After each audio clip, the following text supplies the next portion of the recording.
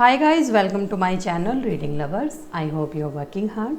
आज हम करने वाले हैं अपना next session means part 2 means Haryana set से संबंधित इम्पॉर्टेंट क्वेश्चन। मीन्स जितने भी आपके क्वेश्चन रहते हैं ये आपके सभी एग्ज़ाम में काफ़ी महत्वपूर्ण रहते हैं।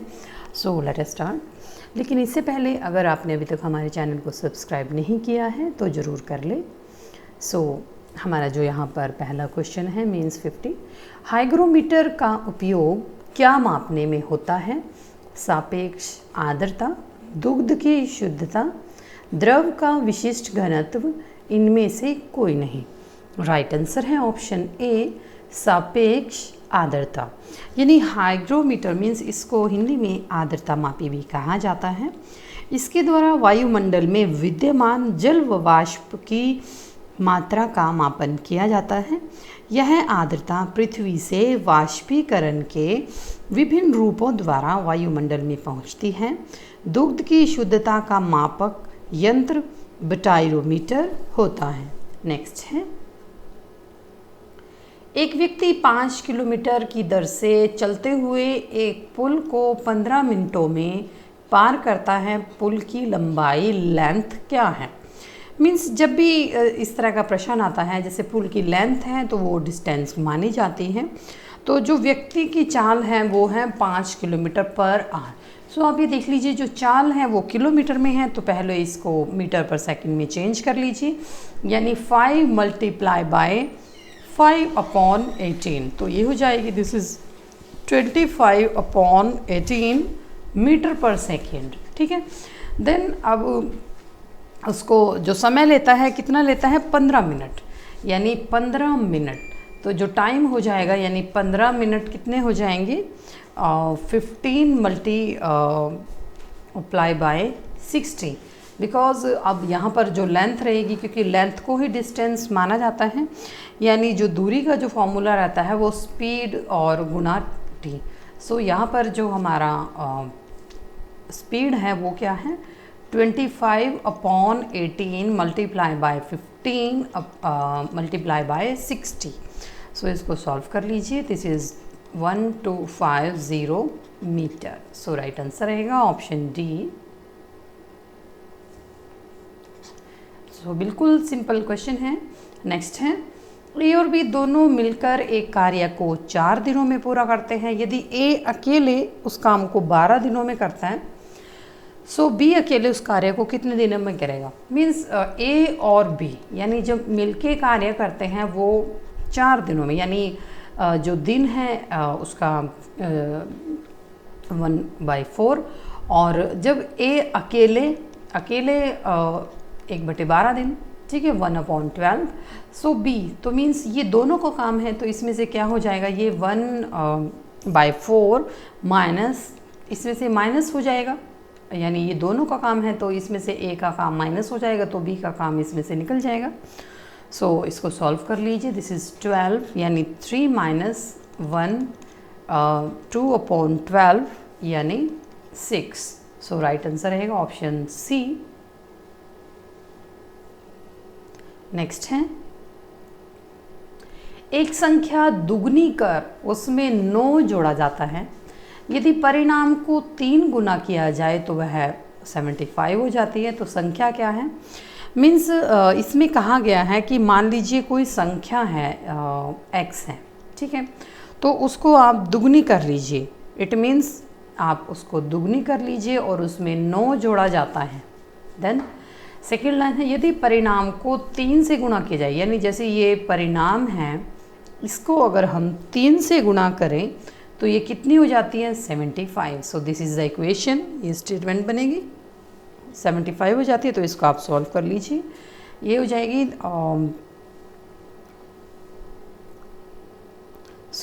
चाहे इसको, क्योंकि ये मल्टीप्लाई बाय में है, इसको 3 से इसको कट कर लीजिए। सो ये हो जाएगा 25, यानी 2x + 9 = 25, यानी 2x = 25 में से 9 गए 16, यानी x = 8। सो राइट आंसर है ऑप्शन है, क्योंकि पेपर में इतना टाइम नहीं होता है एग्ज़ाम में। सो थोड़ा क्विक और एक्यूरेट करना होता है।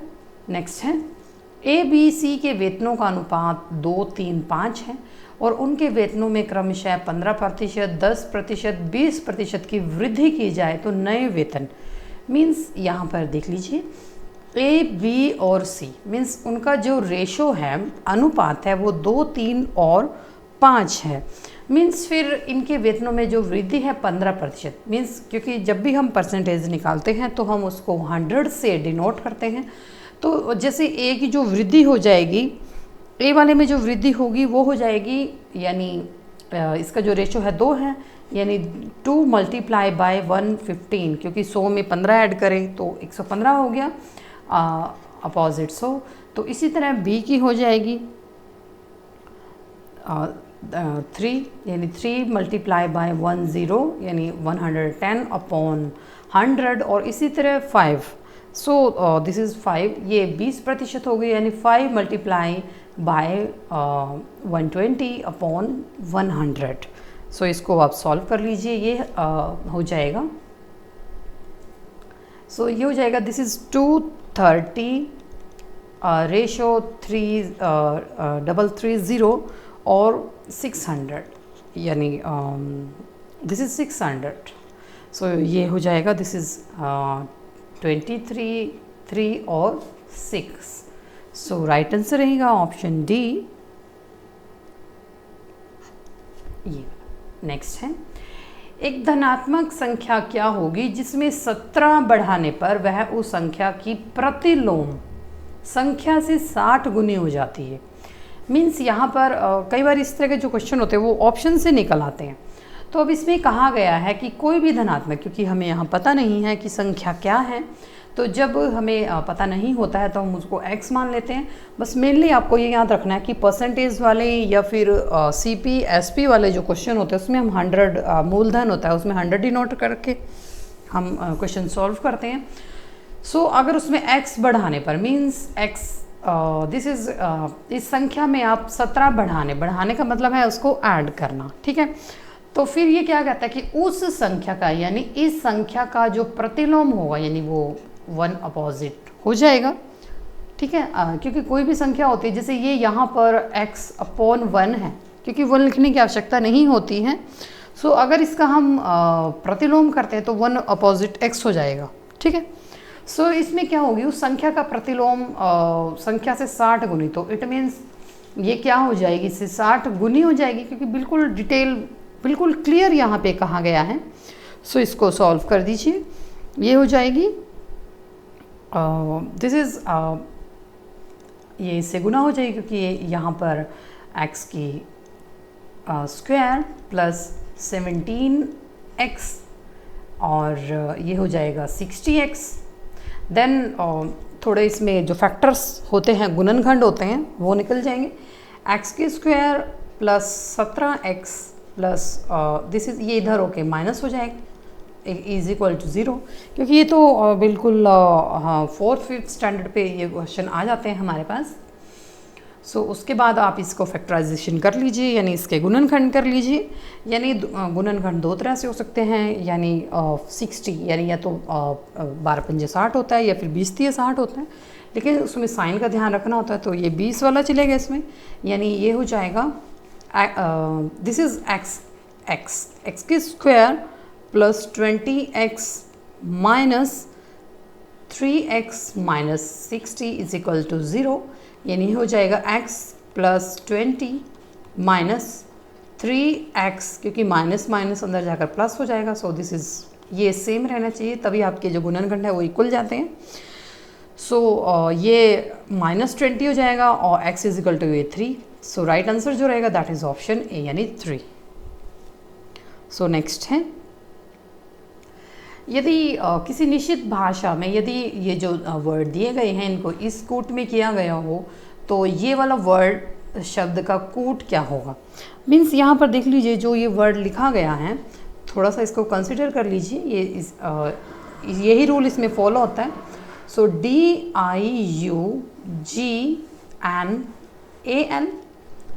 ठीक है,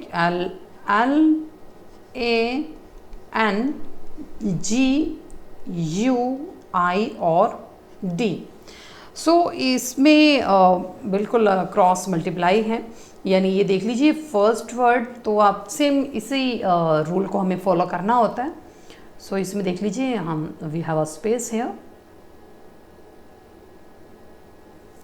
सो हमारे पास जो वर्ड है दिस इज ELKCAH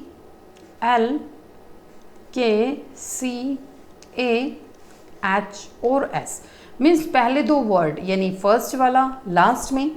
सो ये देख लीजिए इसके एंड में टी है तो ये कैंसल, बाकी एल ये इधर यानी एस इधर। सो इससे ये देख लीजिए बाकी सेम रहेंगे, एस एस तो बिल्कुल कंपेयर में ही चलता है ये वाला क्वेश्चन। देन ए और आई, सो यहाँ पर एच हो जाएगा और यहाँ पर एल। सो यहाँ पर एल एच बिल्कुल क्लोजली रिलेटेड है जो आंसर है। देन एन और यू, देन ए SHA, तो यहाँ पर O है, सो दिस इज़ रॉन्ग। सो इस तरह से आपको क्विक करना है ये वाला जो क्वेश्चन रहेगा आपका, और क्योंकि एग्ज़ाम में ज़्यादा समय आपको ख़राब नहीं करना है। देन K, SHAKLE यानी C, सो राइट आंसर रहेगा आपका ऑप्शन C। सो मूव कर जाइए नेक्स्ट क्वेश्चन पर।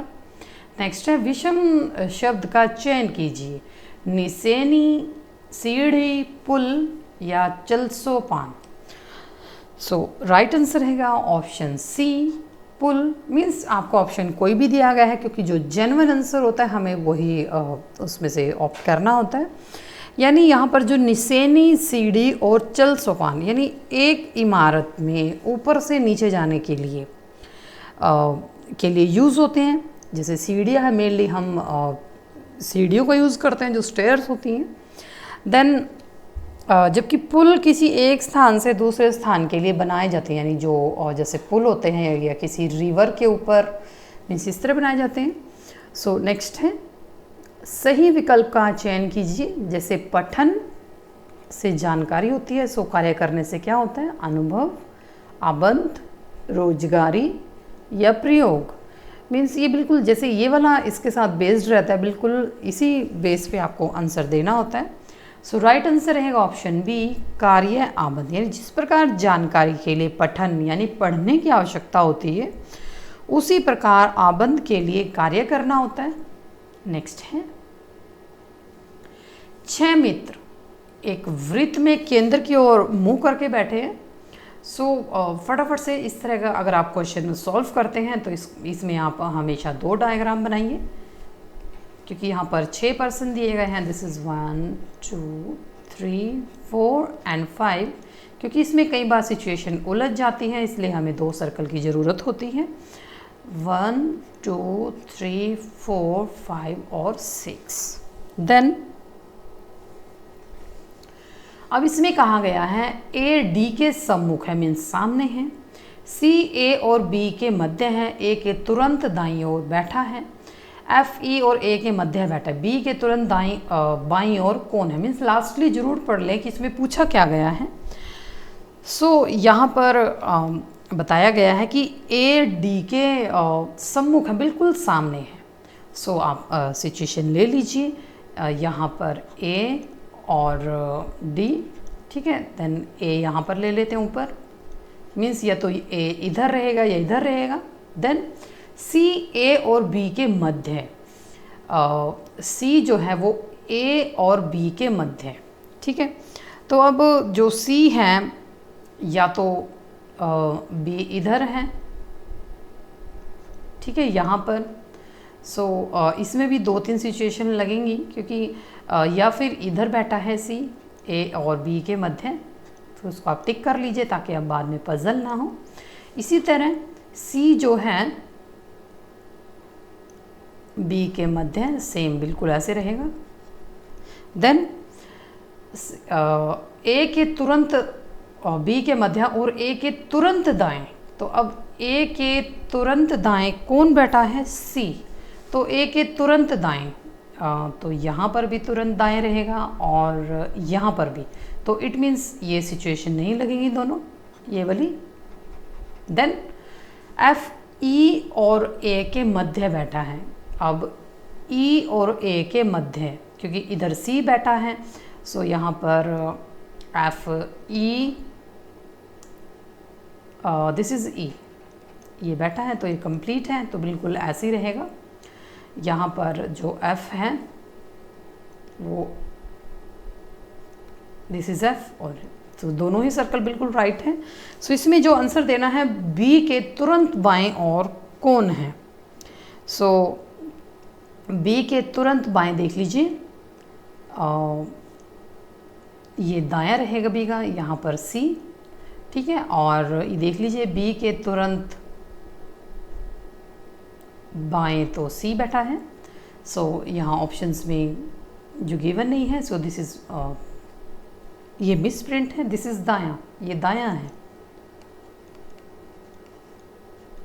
सो बी के तुरंत बाईं ओर बैठा है डी, ये देख लीजिए दोनों ही ऑप्शंस में। सो राइट आंसर आएगा ऑप्शन डी।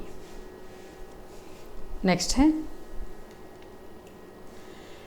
नीचे दी गई श्रेणी में ऐसी कितनी विषम संख्याएं हैं जो 3 या 5 द्वारा विभाज्य हों और उसके पश्चात विषम संख्याएं आती हों तथा पहले सम संख्याएं हों।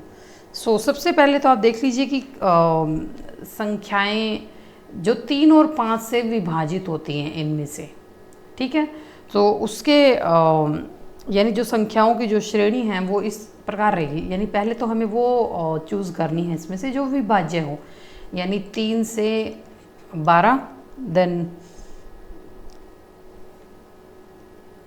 और फिर हमें इसके साथ साथ उसके पश्चात विषम भी आती हूँ और पहले सम भी हो, तो यानी 12 और 19, ये बिल्कुल सेम इसी प्रोसीजर पे है। ये 3 से भाज्य है, मीन्स अथवा दिया गया है, या तो 3 से भाग होनी चाहिए या 5 से होनी चाहिए, और फिर उसके पश्चात विषम आती है, ये सेम रहेगा। देन उसके बाद 21, ठीक है, 21 3 से भाज्य है, देन 3, उसके बाद 25,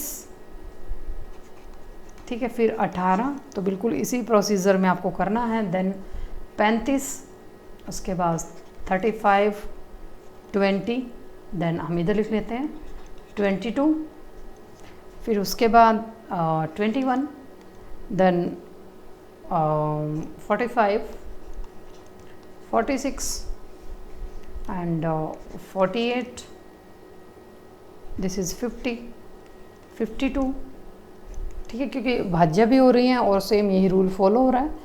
और उसके बाद 54 और 55, यानी बिल्कुल सीरीज़ में दी गई हैं 54, 55 और 56। सो इसमें यानी जो स्पष्ट है, यानी 21 जो है वो 3 से विभाज्य हैं, ठीक है ना, यहाँ पर 21, और उसके आगे 3 से विभाज्य यानी 45 भी, वो 5 से भी, 3 से भी, और इसके बाद तो विषम संख्या आती है 25, ये वाला, ठीक है। और इस प्रकार जो 21 3 से विभाज्य है, इसके बाद विषम संख्या है 45 आती है, ठीक है। अतः जो अवशिष्ट संख्या रहेगी वो 3 रहेगी। सो राइट आंसर रहेगा ऑप्शन डी।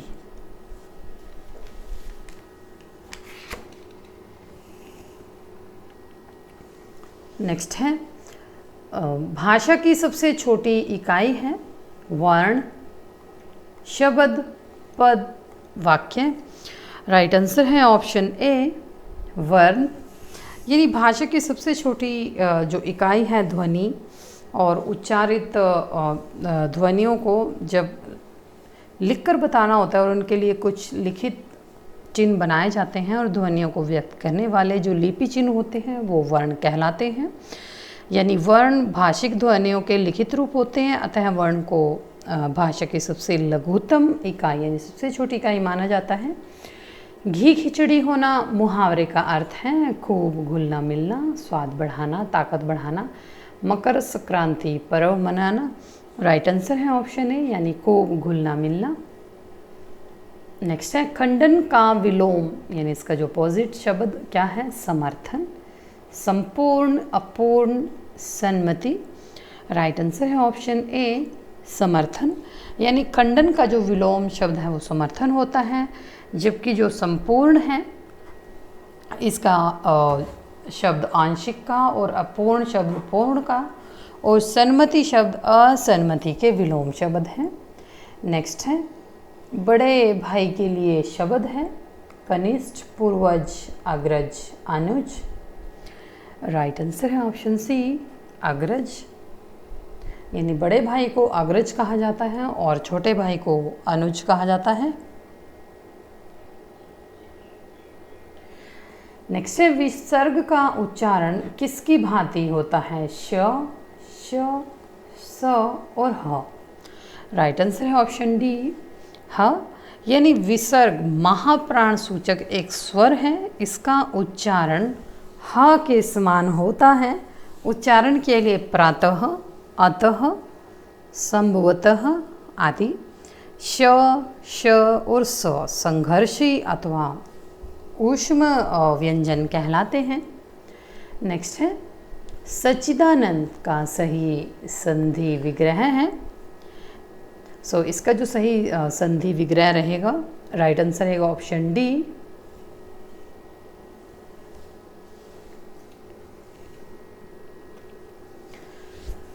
यहाँ जो राइट आंसर रहेगा that is option B, means सत प्लस चित। इसमें तो हलंत कई बार दे दिया जाता है और कई बार इसको ऐसे ही लिख दिया जाता है, लेकिन एग्जैक्ट जो इसका विग्रह रहेगा वो सत प्लस चित प्लस आनंद।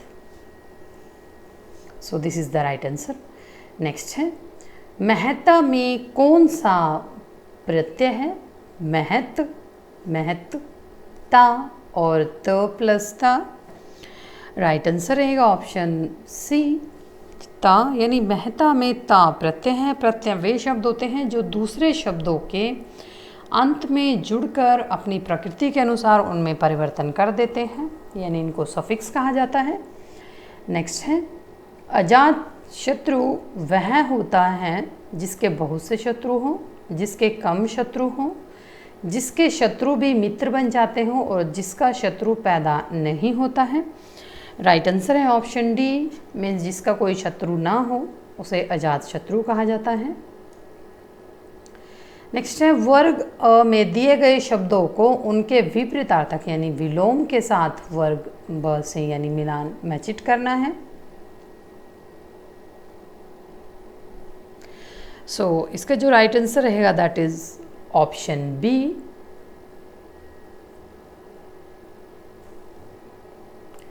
यानी ए का फोर्थ यानी उदार का क्या होता है? कृपण। बी का 2 गौरव, पुरस्कार। सी का 3 तिरस्कार, लाघव। सो यहाँ जो हमारा राइट आंसर रहेगा दैट इज ऑप्शन बी, यानी उदार का हो जाएगा कृपण, गौरव, लाघव, तिरस्कार, पुरस्कार और विपन्न, संपन्न। नेक्स्ट है परम प्लस ईश्वर का संधि रूप होगा परमेश्वर, परमेश्वर, प्रमेश्वर या परमेश्वर। राइट आंसर है ऑप्शन डी परमेश्वर, यानी परम ईश्वर का संधि रूप परमेश्वर होगा और यह दीर्घ संधि होती है उसका उदाहरण है। नेक्स्ट 1857 के जन आंदोलन की अग्रिम पंक्तियों में किस धरती के सपूतों व वीर सेनानियों ने आंदोलन का मोर्चा संभाला था? हरियाणा, पंजाब, दिल्ली या मेरठ। राइट आंसर है ऑप्शन ए हरियाणा। नेक्स्ट है अंग्रेजों द्वारा दोबारा दिल्ली पर अधिकार स्थापित करने में किन शासकों ने उनकी सहायता की थी? पटियाला, नाभा, जींद या ये तीनों। राइट आंसर है ऑप्शन डी, मीन्स कहा जाता है कि यहाँ के जो राजा थे, नवाब थे, उन सभी ने अंग्रेज शासकों की मदद की थी। नेक्स्ट है हरियाणा में कितनी जातियों को घुमंतु और अर्ध घुमंतु जनजातियों की सूची में शामिल किया गया है? 5, 7, 9 या 12। राइट आंसर है ऑप्शन ए 5। नेक्स्ट है बौद्ध ग्रंथ दिव्यवदान में किस स्थान का उल्लेख किया गया है? अग्रोहा, रोहतक, अंबाला, जगाधरी यमुनानगर, जगाधरी या इनमें से कोई नहीं। राइट आंसर रहेगा ऑप्शन ए, अग्रोहा और रोहतक, यानी जो प्रसिद्ध ग्रंथ है दिव्यावदान उसमें इन स्थानों का वर्णन मिलता है। नेक्स्ट है very very important question, Panipat का तीसरा युद्ध 1761 में किन के बीच हुआ था? जनरल बैरम खान और मोहम्मद आदिल शाह के बीच, मुगल शासक अकबर, फिरोज शाह तुगलक के बीच, सी ऑप्शन रहेगा अहमद शाह अब्दाली और मराठा शासकों के बीच, या इनमें से कोई नहीं। राइट आंसर रहेगा ऑप्शन सी, यानी अहमद शाह अब्दाली और मराठों के बीच। नेक्स्ट है, निम्नलिखित में से कौन से कथन सत्य हैं? 1530 ईस्वी में कैथल विद्रोह में बाबर के विरुद्ध मोहन सिंह के नेतृत्व में मंडा राजपूत लड़े। हेमू हरियाणा के रेवाड़ी नगर का निवासी था।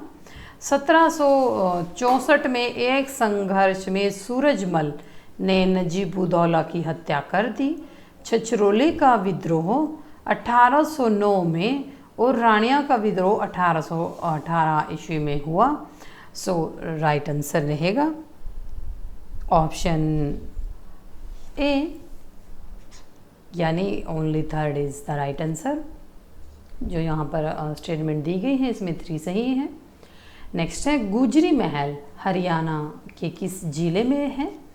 हिसार, कुरुक्षेत्र, थानेसर, या इनमें से कोई नहीं। राइट आंसर रहेगा ऑप्शन ए, हिसार में। नेक्स्ट है, मुगल कालीन मटिया किला हरियाणा में कहाँ पर स्थित है? पलवल, होडल, बल्लभगढ़, फरीदाबाद। राइट आंसर रहेगा ऑप्शन ए, पलवल में। नेक्स्ट है, हरियाणा के मुख्यमंत्री मनोहर लाल खट्टर किस क्षेत्र से विधायक रहे हैं? रोहतक, करनाल, अंबाला या जींद। राइट आंसर रहेगा ऑप्शन बी, करनाल से। नेक्स्ट है, रेवाड़ी में किसकी छत्र छाया में चित्रकला को प्रोत्साहन मिला? रावों की, परमारों की, राजपूतों की या यादवों की। राइट आंसर रहेगा ऑप्शन ए, रावों की। नेक्स्ट है, निम्न में से किस उत्सव को बासोड़ा भी कहा जाता है? सलोनी, सीली सातम, निर्जला ग्यास या भड़लिया नवमी। राइट आंसर रहेगा ऑप्शन बी, सीली सातम। नेक्स्ट है, किस त्योहार को लौकिक भाषा में जानटी भी कहा जाता है? जन्माष्टमी, निर्जला ग्यास, लोहड़ी या भड़लिया नवमी। राइट आंसर रहेगा ऑप्शन डी,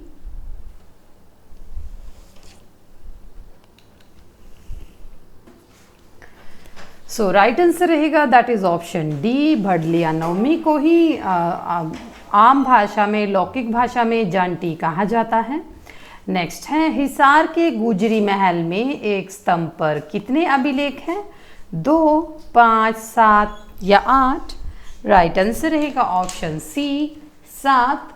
नेक्स्ट है, लाओस देश के राजा देवंका ने किस स्थान की महिमा लिखी? पानीपत, करनाल, कुरुक्षेत्र या इनमें से कोई नहीं। राइट आंसर रहेगा ऑप्शन सी, कुरुक्षेत्र, क्योंकि कुरुक्षेत्र जो है वो न केवल इंडिया में बल्कि पूरे वर्ल्ड में बहुत फेमस है एक महाभारत युद्ध के कारण और भगवान कृष्ण के कारण। सो नेक्स्ट है, हर्ष कालीन ताम्र मुद्राएं किस स्थान से प्राप्त हुई थी? पानीपत, रोहतक, सोनीपत, हिसार। राइट आंसर रहेगा ऑप्शन सी, सोनीपत। नेक्स्ट है, किस स्थान से यौधेय गणराज्य की मोहरें प्राप्त हुई? मिताथल, क्योंकि ये इस तरह का ये क्वेश्चन काफ़ी इंपॉर्टेंट रहते हैं, ये बार बार रिपीट होते रहते हैं, मीन्स थोड़ा बहुत इसमें फेरबदल करके। मिताथल, भिवानी क्षेत्र, कुनाल, हिसार, नौरंगाबाद, भिवानी, ये इनमें से कोई नहीं। राइट आंसर रहेगा ऑप्शन सी, नौरंगाबाद। नेक्स्ट रहेगा, मौर्यकालीन स्तूप व उसके अवशेष किस स्थान से प्राप्त हुए? सोनीपत, हिसार और फतेहाबाद, थानेसर व पेहोवा, कुरुक्षेत्र। राइट आंसर रहेगा ऑप्शन बी, हिसार और फतेहाबाद। नेक्स्ट है, बलराम की मूर्ति किस स्थान से प्राप्त हुई?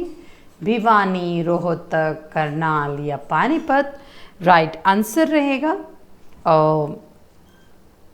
सो this question is, this is 88। So right answer रहेगा ऑप्शन बी, रोहतक से। इंडो ग्रीक सिक्के किस स्थान से पाए गए? Mitathal, Bhiwani, Thanesar, Khokhra Kot, Rohtak. Very very important question है, ये कई बार रिपीट हो चुका है और मीन्स ये इस तरह के जो सिक्के, कॉइन, ये वाले क्वेश्चन, मोहरे, ये रहते काफ़ी इंपॉर्टेंट रहते हैं ये। सो राइट आंसर रहेगा option C, Khokhra Kot, Rohtak. Next है, अंबाला के निकट टोपरा से प्राप्त स्तंभ कौन सा है? प्रागैतिहासिक कालीन, मध्यकालीन, हड़प्पा कालीन या फिर अशोक कालीन। राइट आंसर रहेगा ऑप्शन डी, अशोक कालीन। हरियाणा में बहने वाली नदियों का वर्णन किस पुराण में किया गया है? बौद्ध पुराण, वामन पुराण, वेद पुराण या इनमें से कोई नहीं। राइट आंसर रहेगा ऑप्शन बी, वामन पुराण में। नेक्स्ट है, जिला कुरुक्षेत्र में स्थित बाबा काली कमली वाले का डेरा नामक धार्मिक स्थल के संस्थापक कौन थे? स्वामी रामतीर्थ, श्री स्वामी विशुद्धानंद महाराज, कामकोटि पीठ के शंकराचार्य या स्वामी परमानंद महाराज। राइट आंसर रहेगा ऑप्शन बी, श्री स्वामी विशुद्धानंद जी महाराज। कुरुक्षेत्र का निम्नलिखित में से कौन मंदिर गिरी संप्रदाय के सिद्ध फकीर बाबा शिवगिरी महाराज द्वारा बनाया गया था? सर्वेश्वर महादेव मंदिर, नारायण मंदिर, लक्ष्मी नारायण मंदिर या दुख भंजेश्वर मंदिर। राइट आंसर रहेगा ऑप्शन सी, लक्ष्मी नारायण मंदिर। नेक्स्ट है, हरियाणा में Haryana non biodegradable garbage control act कौन से सन में लागू किया गया था? वर्ष 1997, 99, 98 या इनमें से कोई नहीं। राइट आंसर रहेगा ऑप्शन सी, 1998 में। जिला भिवानी में किस स्थान पर ग्रेनाइट नामक पत्थर मिलता है? गांव निगाणा कला, दुल्हेड़ी, रिवासा या उपरोक्त सभी। राइट आंसर रहेगा ऑप्शन डी, यानी उपरोक्त सभी। नेक्स्ट है, यह कुरुक्षेत्र के पवित्र कूपों में से एक है। गौड़िया मठ, गीता भवन, चंद्रकूप या इनमें से कोई नहीं। राइट आंसर रहेगा ऑप्शन सी, चंद्रकूप। नेक्स्ट रहेगा, हरियाणा में ग्रामीण क्षेत्र में कंप्यूटर की बुनियादी शिक्षा दिलवाने के लिए HP कंप्यूटर ऑन व्हील्स नामक बस सेवा को किसने रवाना किया? मीन्स 31 में से क्वेश्चन बन रहा है कि ये बस सेवा है, इसका क्या नाम है? दुष्यंत चौटाला, ओम प्रकाश चौटाला, बनवारी लाल मनोहर लाल खट्टर। राइट आंसर है ऑप्शन डी, हरियाणा के CM मनोहर लाल खट्टर। नेक्स्ट है, बॉक्सर अमित पंघाल हरियाणा के किस जिले से संबंध रखते हैं? रोहतक, बल्लभगढ़, पलवल या सिरसा। राइट आंसर है ऑप्शन ए, रोहतक से। नेक्स्ट है, सृष्टि के उत्पत्तिकर्ता ब्रह्मा जी किस स्थान पर प्रकट हुए थे? कमलनाभ तीर्थ, प्राची तीर्थ, कालेश्वर तीर्थ या इनमें से कोई नहीं। राइट आंसर रहेगा option A, Kamalnabh Tirth. Next and last question is, Bharawas का युद्ध कब हुआ था? 1788, 1789, 1790 या 1791। राइट आंसर रहेगा ऑप्शन बी, 1789 में। सो ये थी हमारी आज की क्लास। आपको हमारी क्लास कैसी लगी है हमें कमेंट सेक्शन में ज़रूर बताइएगा और हमारे साथ अंत तक बने रहने के लिए धन्यवाद। Thank you so much.